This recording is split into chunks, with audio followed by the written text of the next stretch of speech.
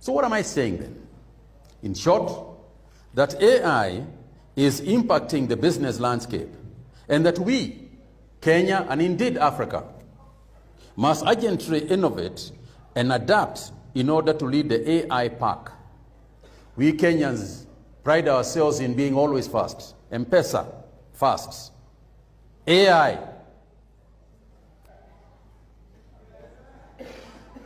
And therefore, let's ask ourselves, how will AI, artificial intelligence, affect my industry or business?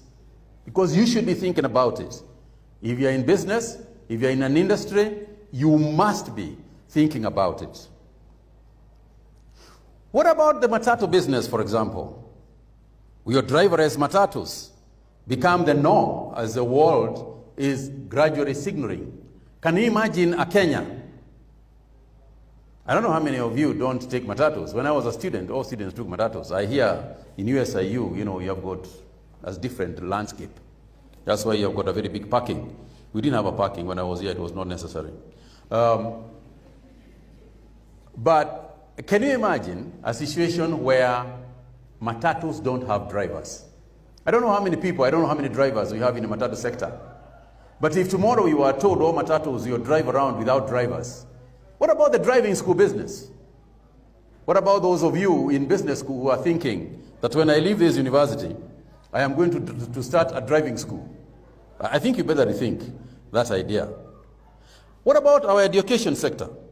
How can our education system harness developments like chat, GPT, without compromising the quality of the learning experience?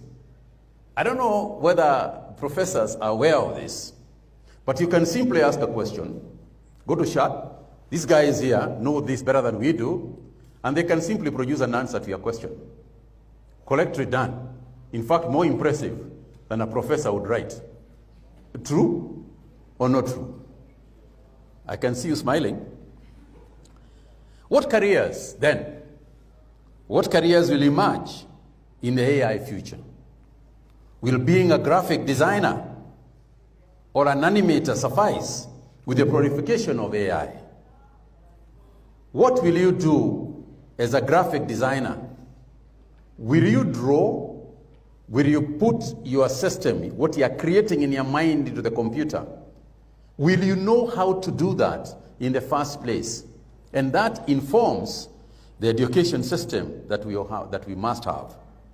Will engineers retain their roles, or will their role evolve to supervising robots executing mechanical tasks?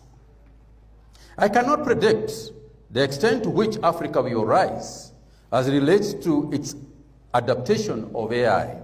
But I do know one thing. Just as we were colonized because we lacked a simple technology, and I would like to pause here and ask, do you know what that simple technology was? The simple technology that made Africa be colonized and a lot of the rest of the world was a simple technology called gunpowder. You know what use gunpowder has? We risk domination again as Africa and the third world and the South. We risk domination again should we fail to secure the tools we need to compete. Kenya currently lags behind Egypt, South Africa, Tunisia, and Morocco in its readiness to implement AI, and its growth may unfortunately be impaired by policies that can only advance if they are driven from the top. The President, the National Assembly, must appreciate and realize that this is the core area that we should all be engaging in debates about. I don't know the last time I had the debate in our political dispensation. I can't remember the last time I had a serious debate about artificial intelligence or ICT and so on and so forth.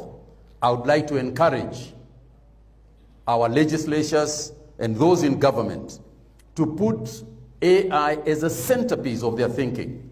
I've already told you, and I was very impressed watching on CNN And they were talking about the entire China, the Communist Party Congress, which happens once a year. And the issue was AI. What does China do with AI? If China is thinking about it, we should have thought about it before them.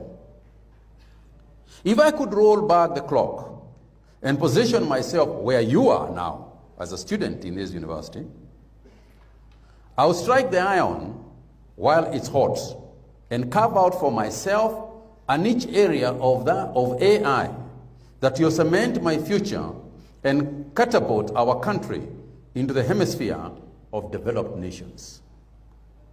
I would distance my psyche from labels that characterize me as a scrambler and therefore limit me. And I would burst through the boundaries to reach the skies.